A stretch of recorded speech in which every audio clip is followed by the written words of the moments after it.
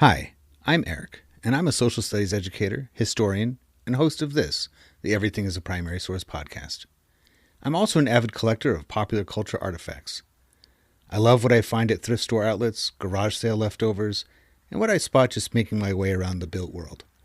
I enjoy sorting through boxes of free books and magazines, not to mention online collections like Internet Archive and, of course, the Library of Congress.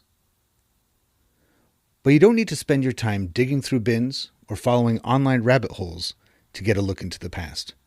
The movies and TV we watch, the books we read, and the games we play are all documents of the past. So is fashion, food, music, toys, even the roads we travel on and the places we live and work in.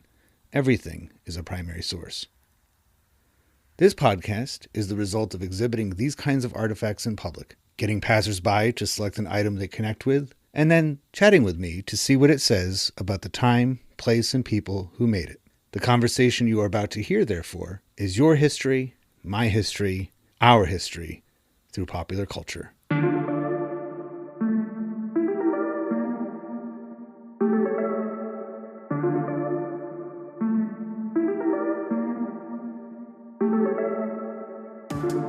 I'm being joined today by John Kozik, who I met just a little while ago in Salem, Massachusetts at the Witchboard Museum.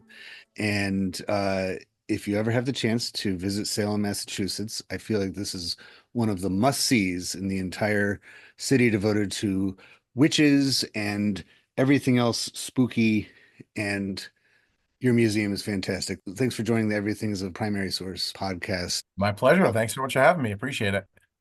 So when my wife and I visited um, your museum, we were just taken aback by just how many Ouija boards, and I feel like I'm mispronouncing it.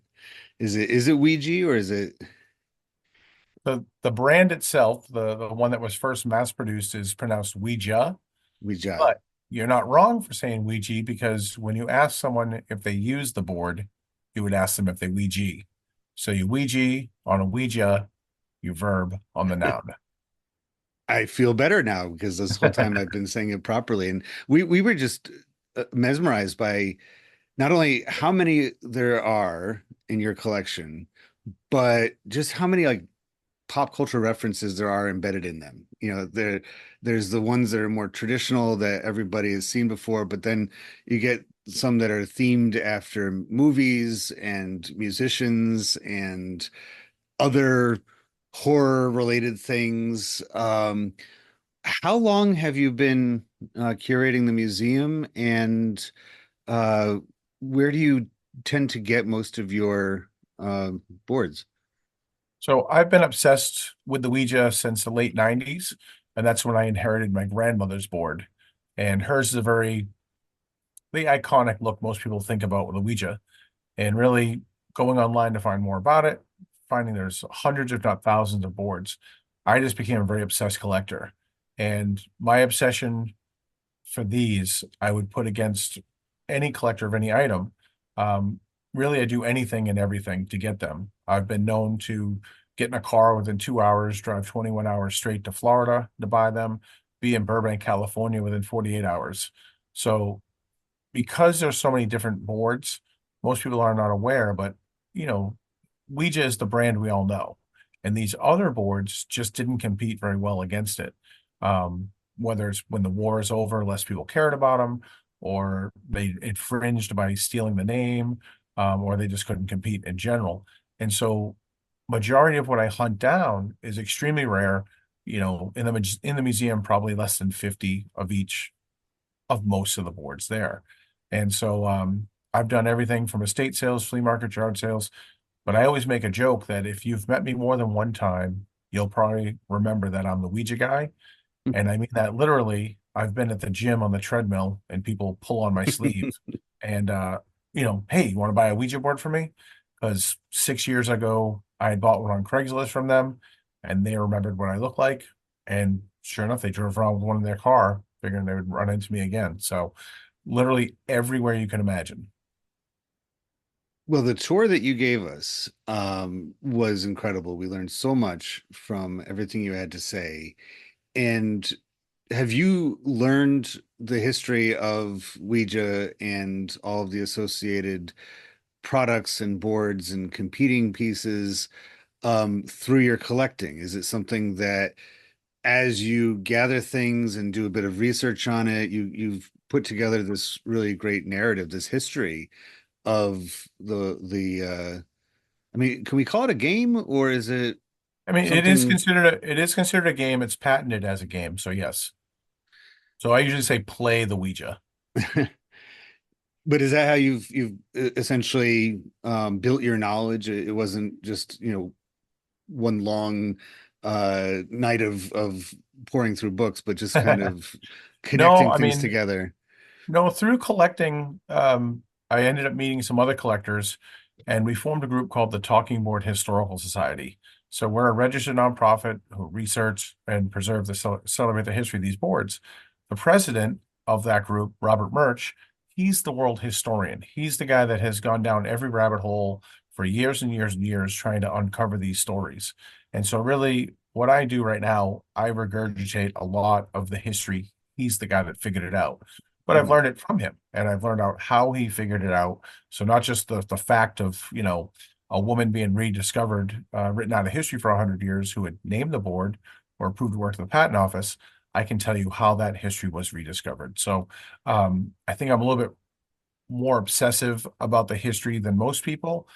Murch is really the guy that has mentored me towards that history, though. And I suppose that's what history is all about, and particularly when it's something as so specialized as talking boards, is that it's the way that the organization operates, I'm sure, and having mentors and having uh, students and people with the passion for it, that you're lining everything up. You're kind of, putting things together, and that is in essence what history is all about. That somebody else conceivably could also gather all of these different boards, but they might come to a different, even just slightly different conclusion from what you did. And it's like a recipe in a way. It's like it's the person, it's the object, it's the places, it's the interactions that, their collection, and I'm sure there's other collectors nowhere compared to yours, but there are collectors that might derive even just a slightly different history from it. And that's really the essence of this podcast, and everything that Everything as a Primary Source does is to line everything up and put it together and say, what does this tell us about the past? What can we learn about the different time periods? So if we're looking at the origin place of Ouija, of talking boards, around what time period are we starting with? Well, the spiritualist movement in America, we call the mid 1800s, basically during the Civil War. And because everyone is, affected by death, everyone is trying different ways to communicate with the dead. And the talking board kind of evolves through these conversations. And it's not just invented one day. It's really two separate spirit communication tools that are crossing paths during the war. And it's about 1870 when we kind of start to really hear newspaper articles, talking about them. And it's not until 1886 that we actually get the first picture of one drawn in a newspaper from Akron, Ohio. So, 1870s, 1886 is kind of in the ballpark of when they're evolving and coming about, or I'm sorry, officially have kind of met each other and come out. Were people uh, worried about it? Did they get superstitious about it in the beginning? It seems like it's almost has its own lore that's been built around it. I think I shared with you when we met uh, a few months ago that um, the first time I ever interacted with one, I just didn't really want to touch it, and I don't know why. Wasn't like I had any. There was a story that my parents told from when they were first dating, that my dad and his sisters were messing with my mom and communicated through a talking board to tell her to go home. And she freaked out. But I never had like a sense of, like I'm doing, but I was just like, I don't want to mess with anything. I don't want to get spirits riled up and angry at me. Um, Early on when this thing was first introduced and getting more popularized, was there that same kind of superstition or fear that people had, or was it pretty much just like, well, here's another thing that we have as part of our entertainment? No, I mean, I make a joke, but basically bad things do happen from the history the beginning of the history of the boards, but most people did not view it as an evil or negative thing. It actually was embraced. It sold quite well when it first came out. And today we kind of look with today's eyes, but at the time, people were viewing death very differently than today. When someone in your family died, you put them on display in the parlor, which became the funeral parlor, took photographs of them. So because people were viewing death much differently, they really viewed the Ouija board differently. And it sold very well right from the very beginning. And I would say majority of people didn't view it as an evil or negative thing.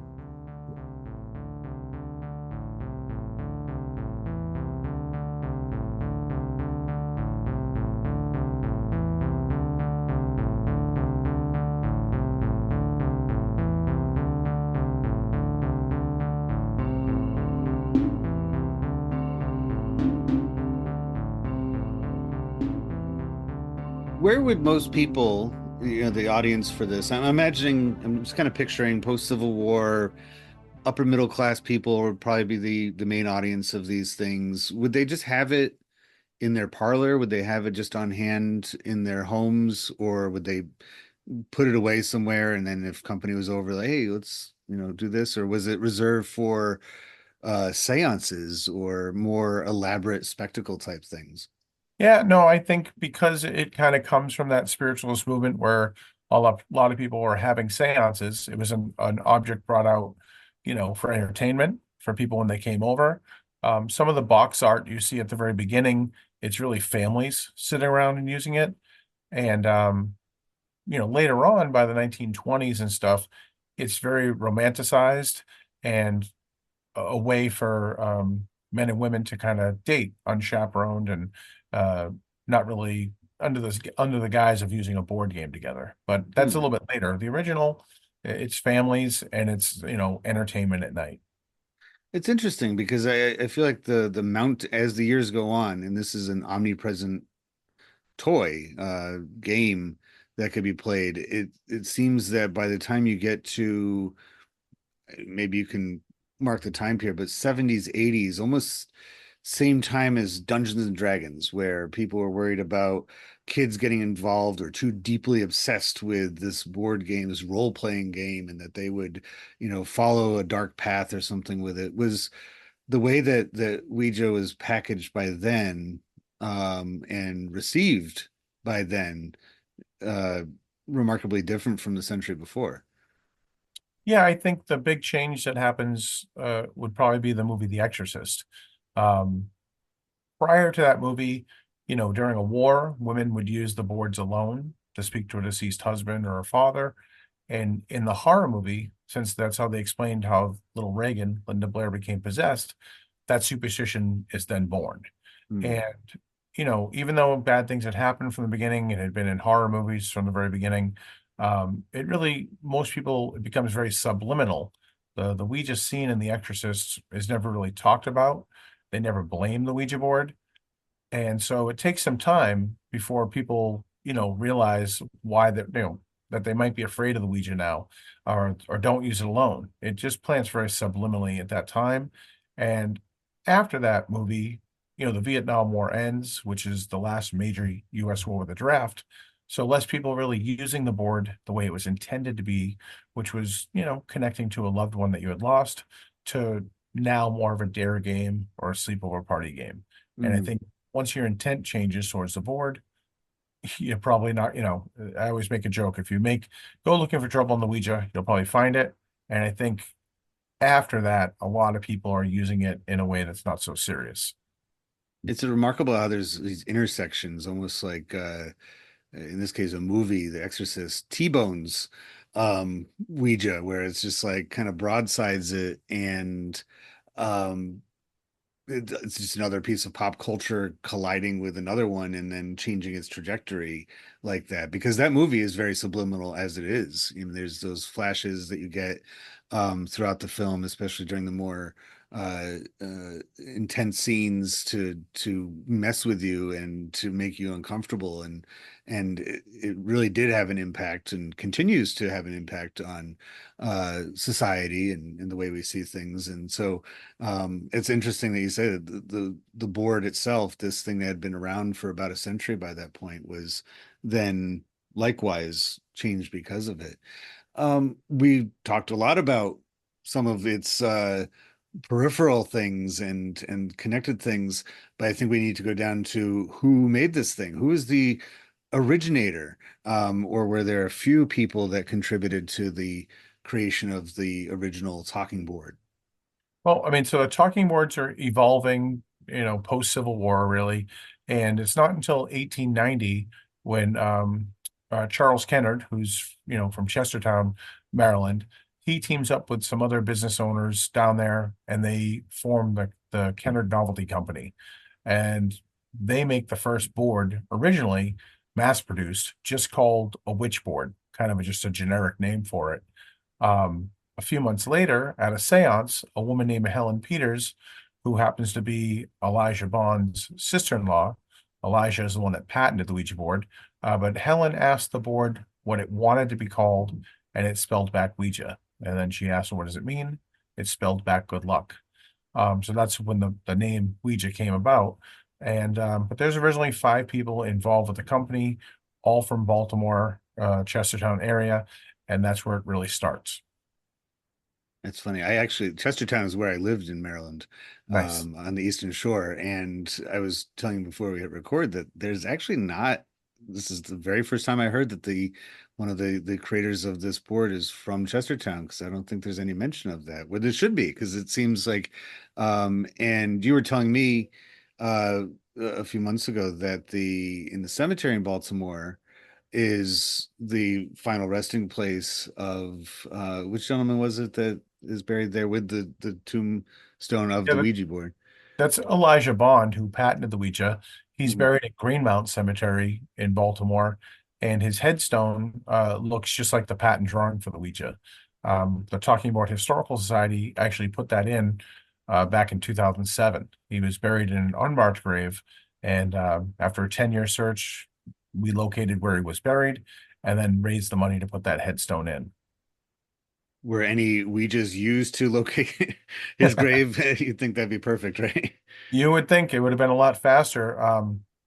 In 1996 is when we went looking for where he was buried. So we called Greenmount, and at the time they actually said no, he wasn't buried there, but his wife and son were. And so thinking it was pretty strange, but whatever. So for the next 10 years, literally every cemetery in Virginia, Maryland, West Virginia were called to find out where he's buried. Murch went to Green Mountain person, and he had to get special permission to go to the records room, where he flipped through the index cards and he found the other cards. He found Elijah's card stuck to his son and wife's card. So he was, in fact, the first place we had looked 10 years earlier.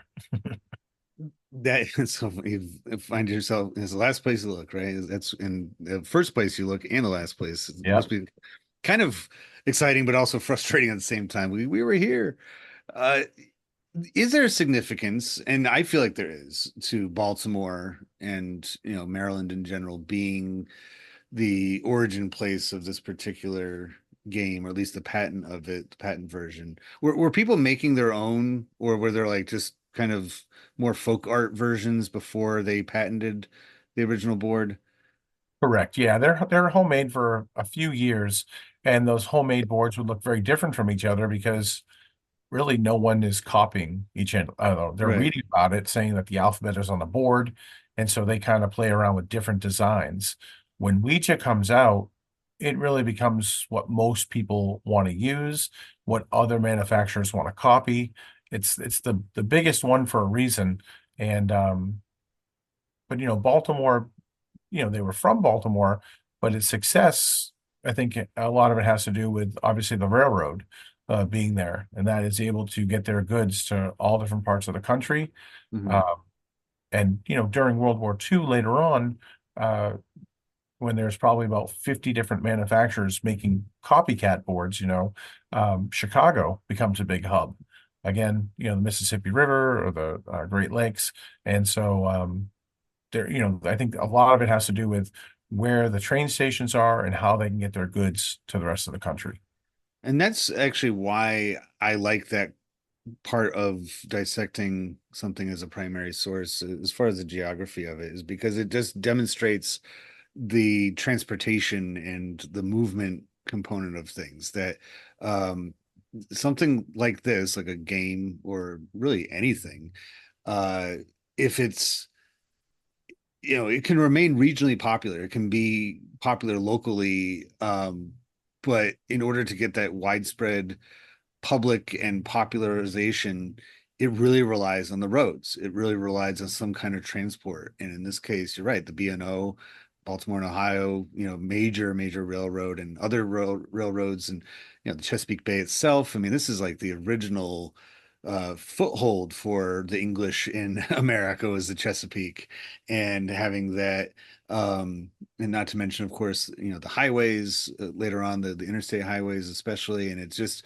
it proves and something that we all kind of take for granted at just how it still goes to this day in our e-commerce, click and expect something delivered the next day economy, where these roads and their upkeep and their ability to travel have kept culture moving around the country, nonstop for well over 100 years, and it's pretty incredible. And um, you know, I think about it sometimes because I don't know if you've ever been to Rochester, New York, where they have the Toy Hall of Fame, the Strong Museum, and I feel like they have at least a few boards there.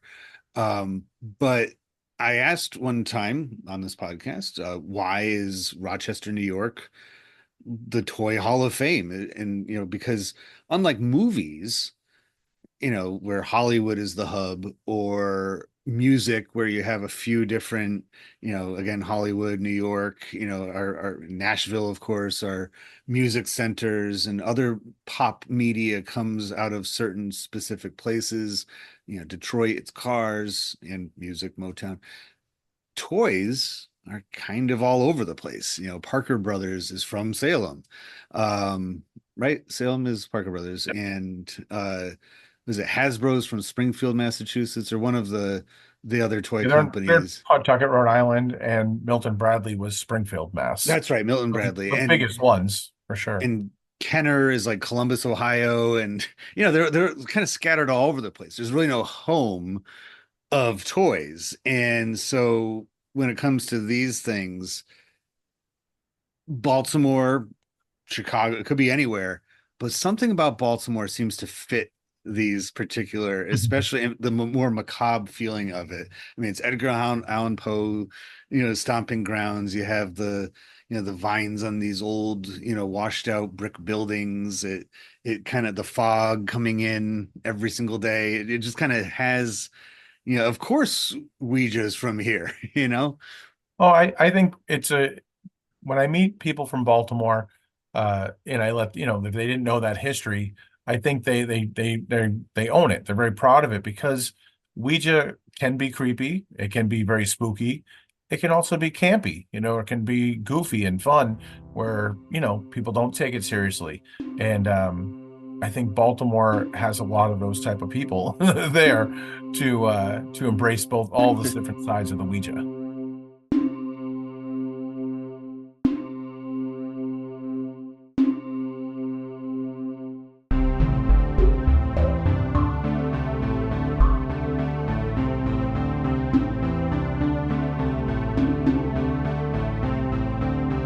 Was the people who made this, we have Bond and Kennard, were they successful in business prior to their adventures in Ouija, or is this what made them? No, I mean Kennard did have I believe it was a manure uh factory, not factory. He was in manure business, and that's kind of where when that did fail, he had the building, which is I believe how they Ouija kind of went to that first building they went to. Bond was a patent attorney, which is probably how he got brought in, was to kind of make sure that they could get the board patented. You know, Hmm. it's patented as a game, but it really shouldn't have been patented at all because it was homemade and kind of people were using them. It shouldn't have been. These guys, I'll call them spiritualists, but they're definitely uh, thinking more of along capitalist lines where they want to sell as many boards as possible.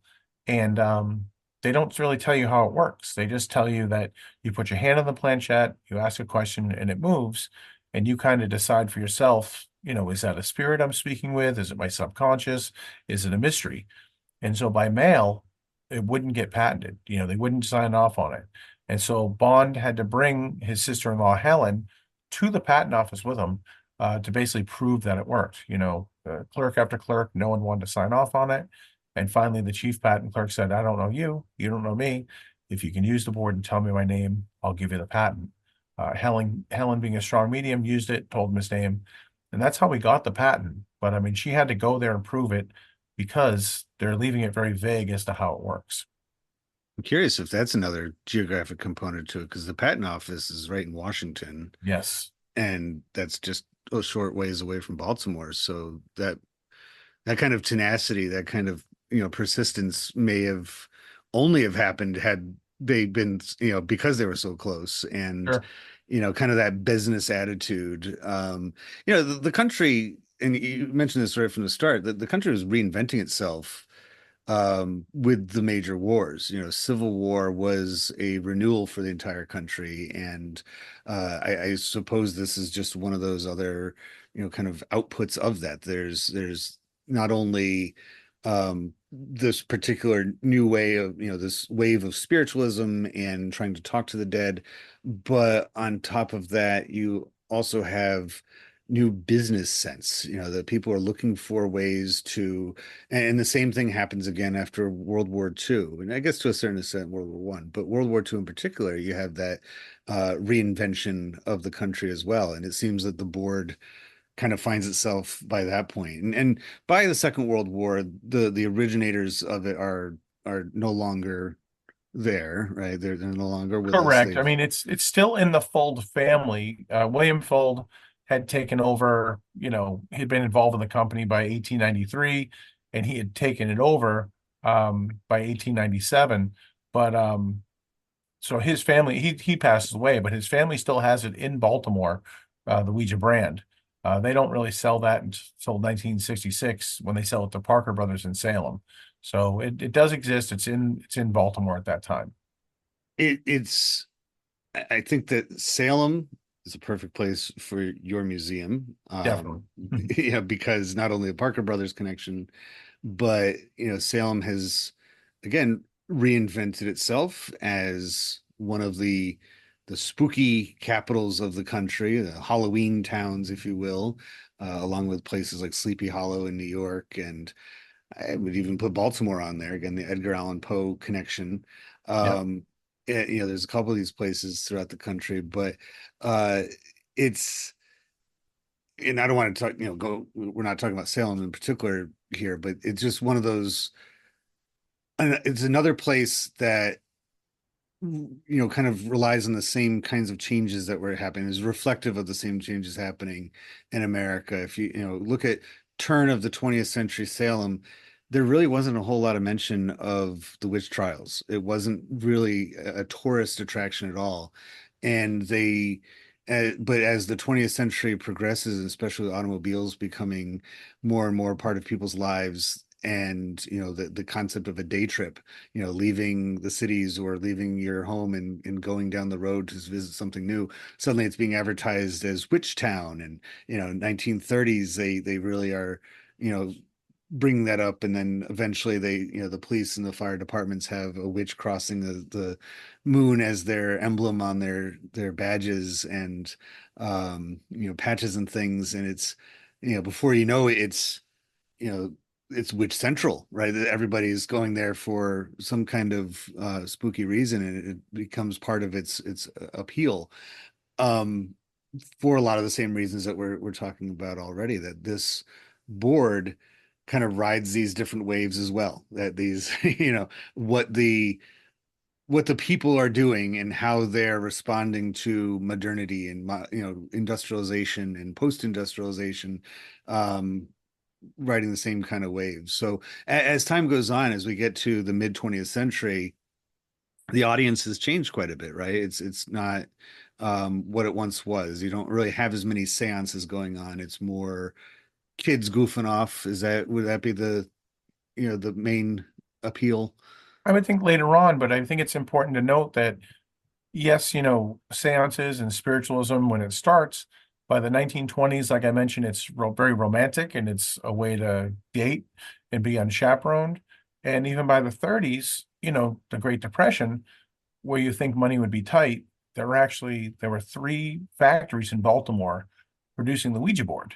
So it's this time of uncertainty as well as spirit communication, as well as ulterior motives.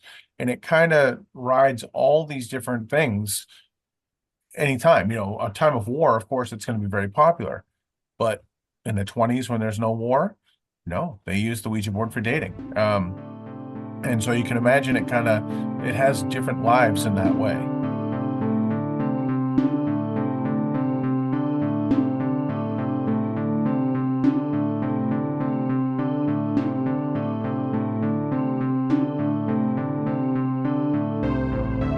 It's hitting all these different points, and the sleepover party game is definitely part of it.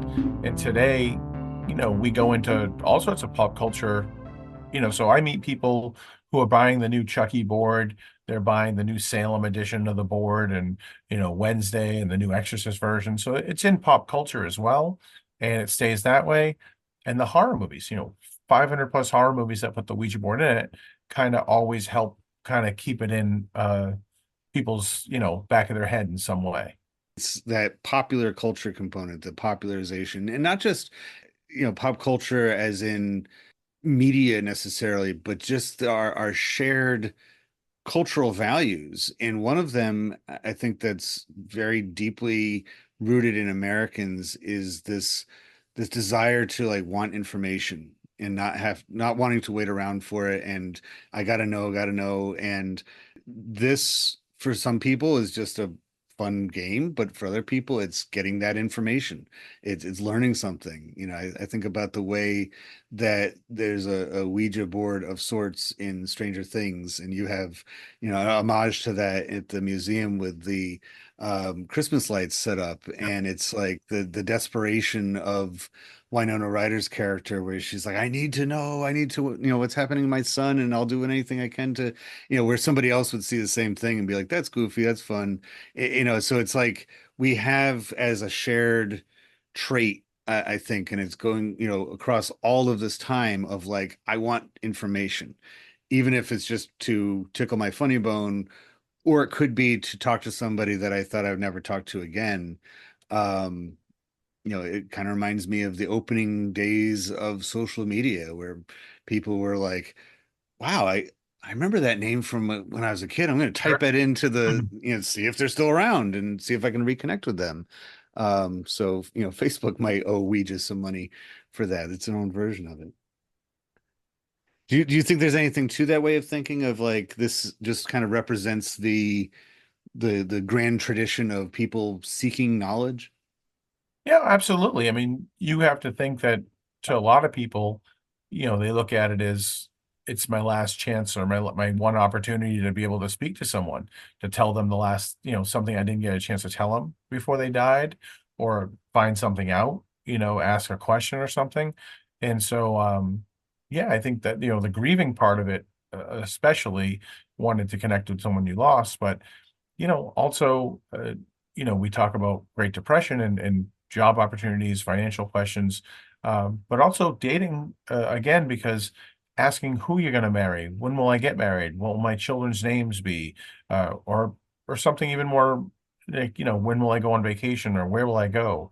Really any kind of thing like that that people want answers to, um, they want to talk. They want to be able to get that information from there. I wonder if Magic 8 Ball has a similar following, or if it's not quite as much of an appeal because it's just the same one over and over again. Sure. Um, I mean, it's in the same family as the Ouija yeah. board that way. Um, just like pendulum, just like tarot. Um, I think I've met people that like the Magic 8 Ball because they like that it's a very limited amount of options. The Ouija board, shoot, you could be, having conversations, having books dictated back to you. You could ask just about anything. And with the Magic 8 Ball, you got the same, whatever, six answers. As we wrap things up, I have a question for you about your collection. I'm sure it has for each piece, there's a reason why it's among your favorite, and the reason's probably an interesting story. Do you have a top three of the pieces in your collection that you would like to share, and as to why you would say that your three favorite boards? Yeah, I mean, the number one is my grandmother's board. That's the one that really sent me down the rabbit hole to want to learn as much as I could about them. And it's a very traditional looking Ouija that most people would probably think about when they imagined what a Ouija looks like. And she used it, like I said, she used it alone, and she flew on it, and she could yell out letters and numbers quicker than anyone could write down what she was saying. So it's pretty well worn. So not only is it hers, but first, and I like that you can see that it was used. Um, Probably one of the next items in the museum would be the pocket watch that William Fuld was wearing when he fell from the roof of the factory that the Ouija board actually told him to build. Hmm. He had used the Ouija board and it told him to prepare for big business. He interpreted that by building a second factory in Baltimore. Um, and we have the watch that he was wearing when he fell from the roof and died.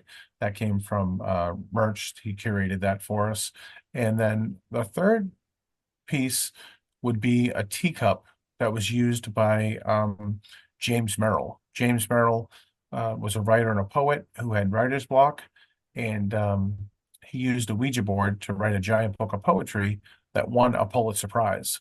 And the teacup is very special to me because Murch and I were together, and we met one of James' friends named Peter, who gifted it to us. And Murch and I had a great adventure doing that. And so the teacup is a reminder of my friendship with Murch and really a lot of the opportunities, conversations, people I get to meet, all because of the Ouija board. And Murch always makes a joke in his presentations that the Ouija is more about the living than the dead. The dead aren't buying Ouija boards, and clearly he's right. But for me, it is, all the different opportunities and people I get to meet because of the Ouija board. Being at the museum, it's my favorite way to spend time, going there and meeting people. I'm very enthusiastic to want to talk about the Ouija board to anyone who's willing to listen. So I get excited being there, and then the teacup is a nice reminder of my friendship with Merch. Those are incredible stories, and I'm sure that that's what drives you to keep doing this because, like you just said, just three items have incredible stories, and all the boards that you have on the wall have a story or another, and they inspire people to tell stories, their own connections to boards or experiences that they had. And so I think you and I have a shared interest in learning about other people through these things that connect us, in this case, a Ouija board. So I want to thank you so much for joining me on this podcast. Before we go, what's the best way that people can, find you? Obviously, if they're in Salem, it's not a very far walk down from the visitors center in downtown. Is right across the street from there, basically. But where can people find you to plan a trip? If you're in Salem, then yeah, Salem Witchmore Museum, which is on Essex Street, the busy street that most people go to in Salem. A couple months ago, I actually opened a second location in Baltimore. So I'm in Hamden, right above a store called Bazaar, which is an oddity shop. And Greg and Brian are great people, and I have a museum above their store. If you can't make it to either location, you can of course look up SalemWitchboardMuseum.com or find either museum on Instagram. That's usually where I'm the most active, posting and keeping people up to date. And Instagram is one of my favorite places to be too. And I think it's just for these kinds of cultural pieces, just perfect setup for that. Where you take nice pictures, and I'm sure in this month of October, you're probably very busy with lots of those things, both in the museums and online. And so I want to thank you again for taking the time for the Everything is a Primary Source podcast. Thank you for having me. It was great talking with you. Take care.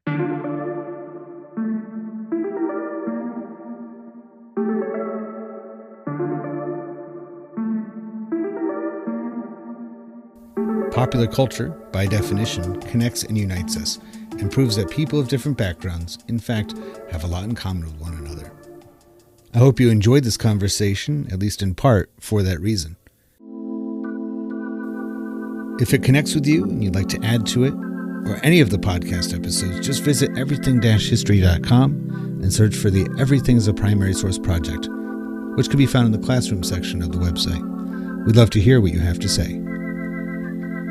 Be sure to rate and share this podcast wherever you are listening to it now, and follow Everything as a Primary Source on social media, including YouTube and especially Instagram. Thank you for listening to the EPS podcast, where everything is a primary source.